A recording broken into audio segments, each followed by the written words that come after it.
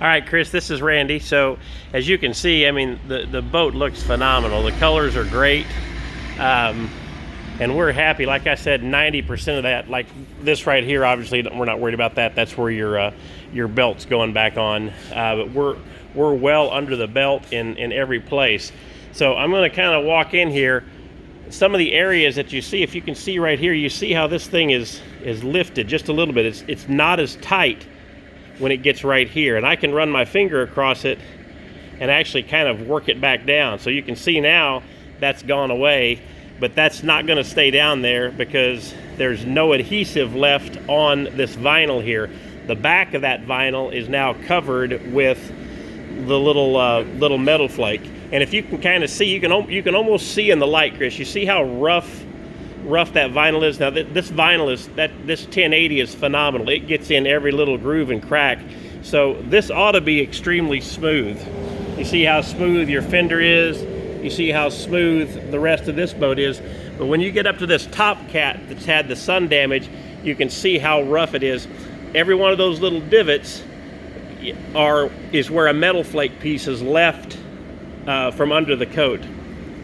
So like I said, if you just kind of follow down through here, you can see it's lifted a little bit here in this corner. It's lifted right through here. There's nothing to hold it. And the further I go down, you know, you get to the white, you can see the white is kind of, you can kind of see from here it's pretty tight.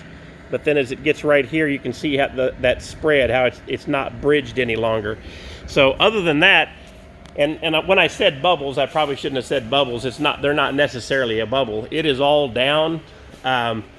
It's really a good look. It is, you know, it's basically ready to roll. The fenders look great. The boat looks awesome.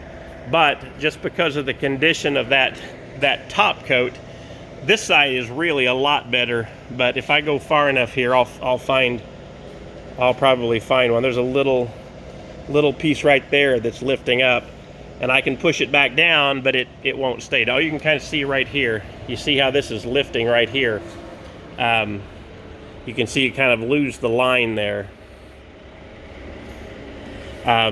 There's not a lot we can do about that, just because of, I mean, that's a gel coat issue with the boat. You know, above it is going to be very tight. Below it's very tight. It's just something that we haven't had that happen a lot, but it's just that the gel coat is so thin on the top of this boat that it's just not wanting to stay. So I'm going to put this video up on YouTube, and I will shoot you a link to it. And if you have any questions, give us a call.